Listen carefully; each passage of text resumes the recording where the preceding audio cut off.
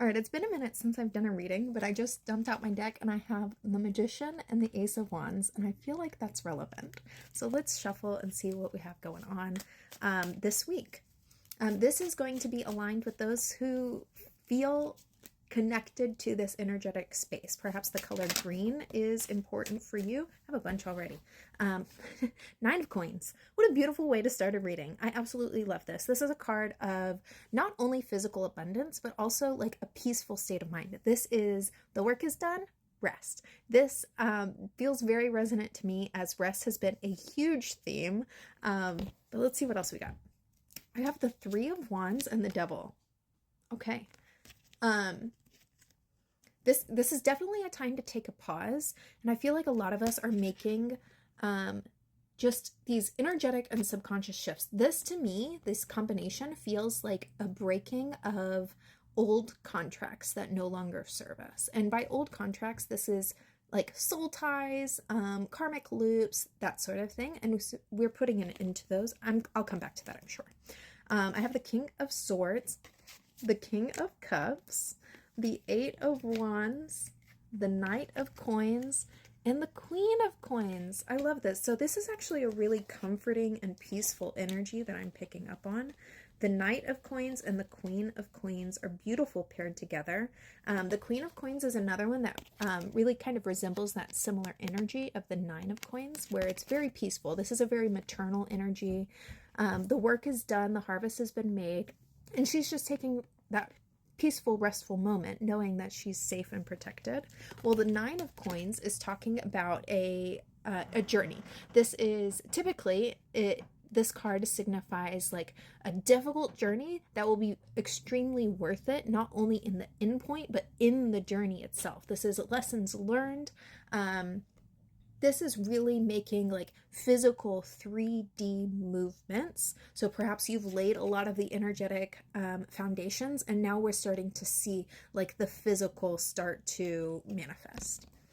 And then we had King of Swords, King of Cups, and the Eight of Wands. These kings together is very interesting. The King of Swords I always imagine as like really firm boundaries. And with the King of Cups, this is telling me to basically to have balance, to not be so cutthroat that you're just like setting boundaries, being a dick, you know, all of these things. But it is saying hold your boundaries, set these boundaries from a place of compassion. And even though this is the King of Cups, his antlers are candles. And so it's saying to really connect with your higher self and bring that higher wisdom, that higher knowledge into these internal and external boundaries that you are setting. And I feel like it is both, especially with the Three of Wands present here. And then again with the Eight of Wands, this is saying you've seen what isn't working. You've seen the contracts that need to be released, and you're ready to now put these into motion. And I feel like this is something that is not being taken lightly. This is maybe connected to family. I'm picking up a lot of family energy here. And so maybe you want to have that relationship with them, but you have to set these firm boundaries just in honor to respect yourself and your process and the journey that you've experienced, because we're at a place now where authenticity is required moving forward. And that isn't something that, it's not like, you know, you've been a fake version of yourself, but we've had limiting beliefs. We've had societal structures that have been pushed on us and all of these things. Like, we've been brainwashed since the day we are born. And so as you've been undoing all of these things, you've started to connect with yourself, and you're starting to realize like, man, I really have to set these boundaries just to honor my own peace and to create the life that I actually want to live. Like, I am done listening to Uncle Joe talk about all of these crazy things when what I really want to say is, Uncle Joe, I'm not open to your opinion, but I hope you enjoy your pie. Hold up. So the energies that I'm really picking up on is that this is a time, a week, a season of truly honoring your needs and I want to say desires as well, but they're kind of saying they're the same thing. Your needs and desires are your requirements. They're your requirements. And so as you're moving forward into this next season, while it may be emotionally taxing just because you have to verbalize these things, know that it is going to be with great reward. The Queen and the Nine of Coins are both very restful and nurturing cards.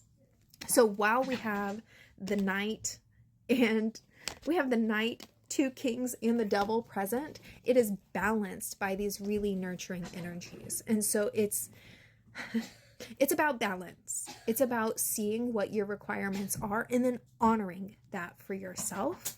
Hang on.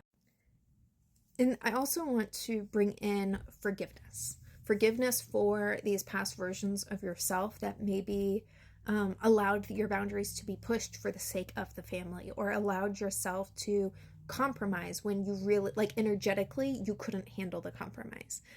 These are, for me, this would be like energetic burnout, where I would go to the family function because everybody needed me to. And even though I wanted to pop by, I had to stay for 5 or 6 hours. And by the end of the day, I'm completely just zombie mode. So honor and respect your boundaries. If all that you can manage is an hour or a pop by, respect that. And if your family doesn't, then that's okay. Go home and eat some ice cream or do whatever feels good to you.